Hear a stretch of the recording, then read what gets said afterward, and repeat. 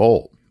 Buffalo, on the other hand, should be very motivated, having their first bowl game in many years and has never won a bowl game before, okay? Never. The Bulls have some unfinished business from that MAC loss, too, to Northern Illinois. And this is the spot that I like. I also like the fact that Buffalo is going to be playing on field turf, and it should help out their speed at this stadium. The key handicap here is that the motivation, I think, is going to be on the side of the Bulls. I know it's home field, so I'm going to have to go with the Bulls here. I think they're ready to take that next step and bring on a bowl win, the first one ever for the city of Buffalo. Buffalo -2, and I lean to the over 51.5.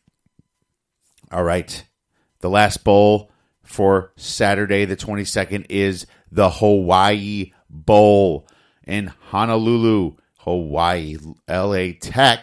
Louisiana Tech versus Hawaii. And it's at about a pick'em. Over-under is at 60. I'm not going to lie to you here. There is no teams in this bowl game that I know less about, probably. I don't remember betting too many Louisiana Tech or Hawaii games. Both teams are about 6-6 against the spread.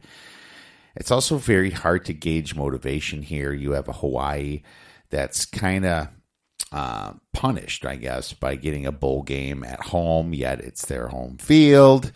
And you have some kids from Louisiana who gets a free trip to Hawaii. What does that mean? You know, a lot of times it means that they're distracted. I know that the Rainbow Warriors have the better offense, and the Bulldogs have the better defense, right? Both teams pass more than 50% of the time. Both teams are relatively healthy. Hawaii has the slightly harder schedule. I ran the numbers and have this game Louisiana Tech 28 and Hawaii 27. In this instance, the only thing that I can lean towards here is the under 60 for now. So I have this game finishing at 55. Not, it's hard for me to bet this under with these defenses.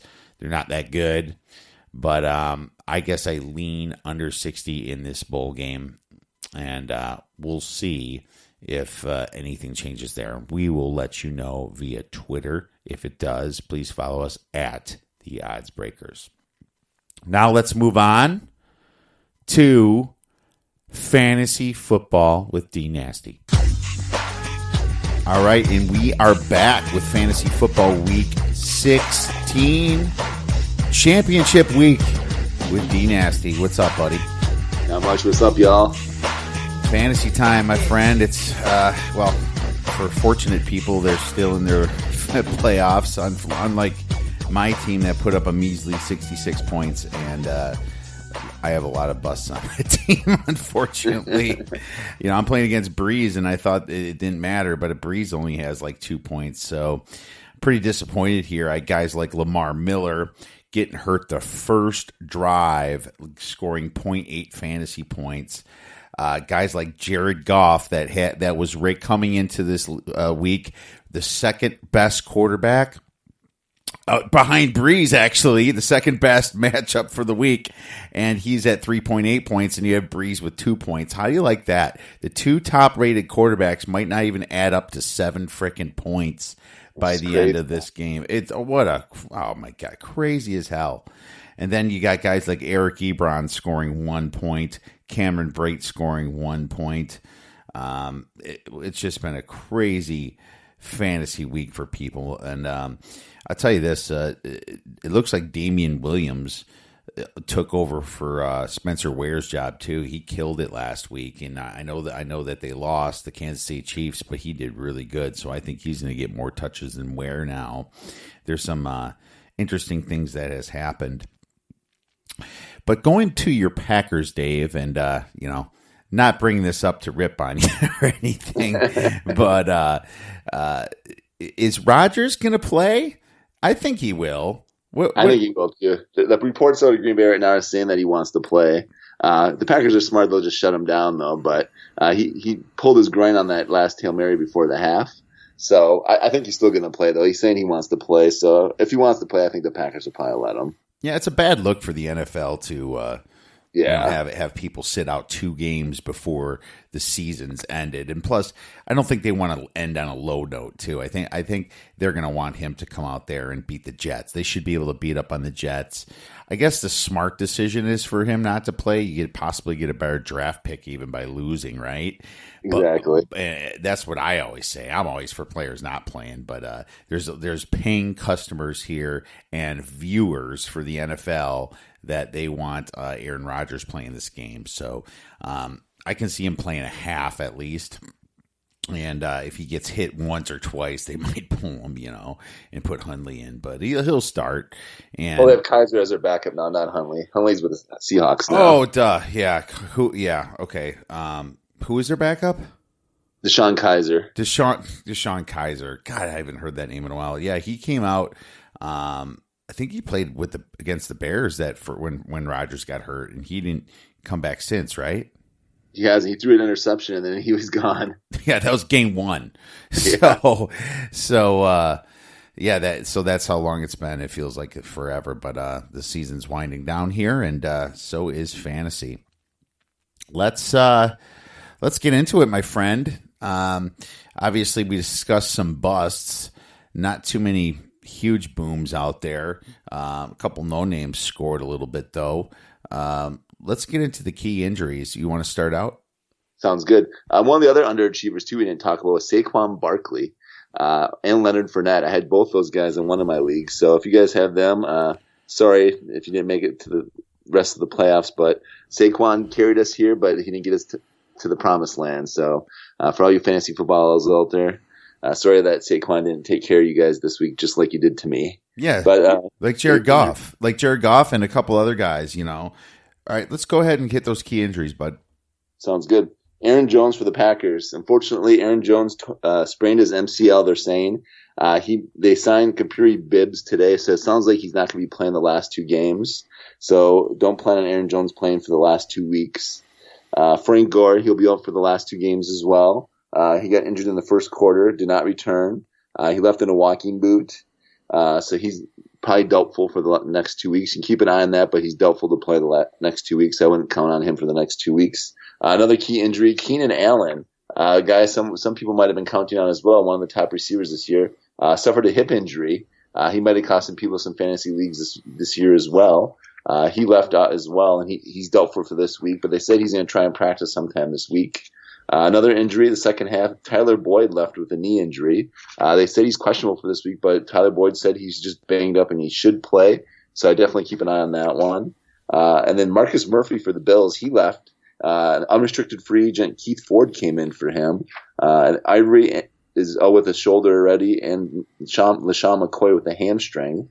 So those are most of the key injuries. There's some defensive people out there. Your boy Eddie Jackson actually left with an ankle sprain, one of the key defenders for the Bears at safety.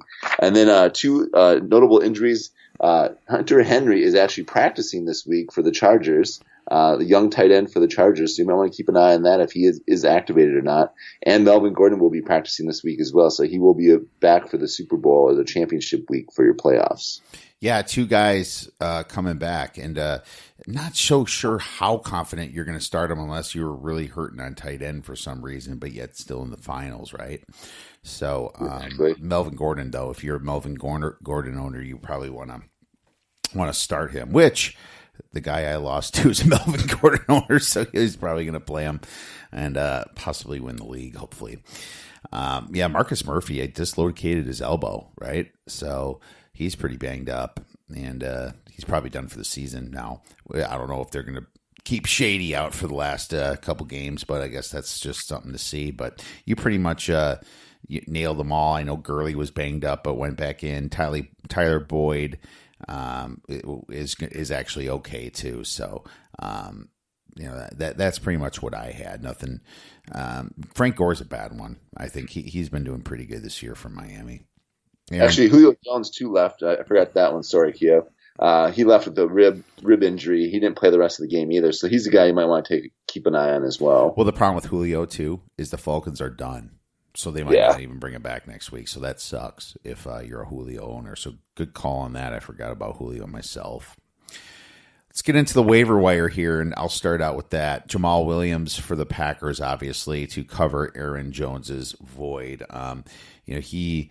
He's the he was supposed to be the main back this year, but they realized Aaron Jones was better. But Jamal Williams played decent against the Bears, but the Bears have a great defense this year, so I think they're going to have a lot better chance of scoring some points against the Jets. And hell, who knows? Jamal Williams might blow it up against the Jets. Kalen Ballage, right, from the Dolphins. Oh, yeah, he looked great. Oh my God, he had that 75-yard run, and he looked fast. He had the football, and I was outrunning the guy behind him, the defensive back, and I guess he's a fast sprinter out of ASU. And wow, he finally shined, and you might see some more Kalen Ballage, especially with Gore out. Alfred, you're my boy, Blue. He's for Lamar Miller, obviously. He's going to get most of the carries, I'm sure, for the Texans if Miller's out a long time. I would see Miller probably missing the next game, right? Keith Ford is the guy for the Bills. You might see more Keith Ford because it's the end of the year anyway, and they're going to get some other guys some time. So even if Chris Ivory or something is back, or McCoy, you might see some Keith Ford out there getting some carries here, taking a beating. Robert Foster, wide receiver for Buffalo, had 5 targets and 1 TD. So if he's not owned, you should snag him. Robbie Anderson, we've mentioned him before, but he's still only owned in 27% of leagues. He had 11 targets for the Jets. The Jets will be slinging it against the Packers next week. And Cameron Artis-Payne for Carolina, depending upon if they win this game, which actually they just lost it. So the Panthers are out of the playoffs now, and it looks like I would wonder if they're going to bench McCaffrey a little bit more, right? And give the second running back a beating. So Cameron Artis-Payne might be a sneaky pickup. Who you got, Dave? You covered most of the guys that I had already. I just had a few other ones. Elijah McGuire, we talked about him last week. They did place Isaiah Crowell on the IR, so he's done for the year. So Elijah McGuire will be the leading running back for the Jets for the next 2 weeks. So championship game, you might want to think about picking him up for the championship game. Zach Zenner, Kerryon Johnson didn't look like he's anywhere close to playing this past week. So Zach Zenner actually had 54 yards on 12 carries and a tutty. So he's another guy you want to pick up if possible. And you can possibly start him this week again because he will be starting again this week. And he had 2 good games in a row with touchdowns. And then just one other guy I had Robbie Anderson and Robert Foster as well as you did, Kiev, and Alfred Blue. So I had most of the guys that I was going to talk about as well. Nice. All right, well, let's just move right into it then. Let's get some breakout players that might win your fantasy championship. Dave, why don't you start? All right, a couple guys I do like.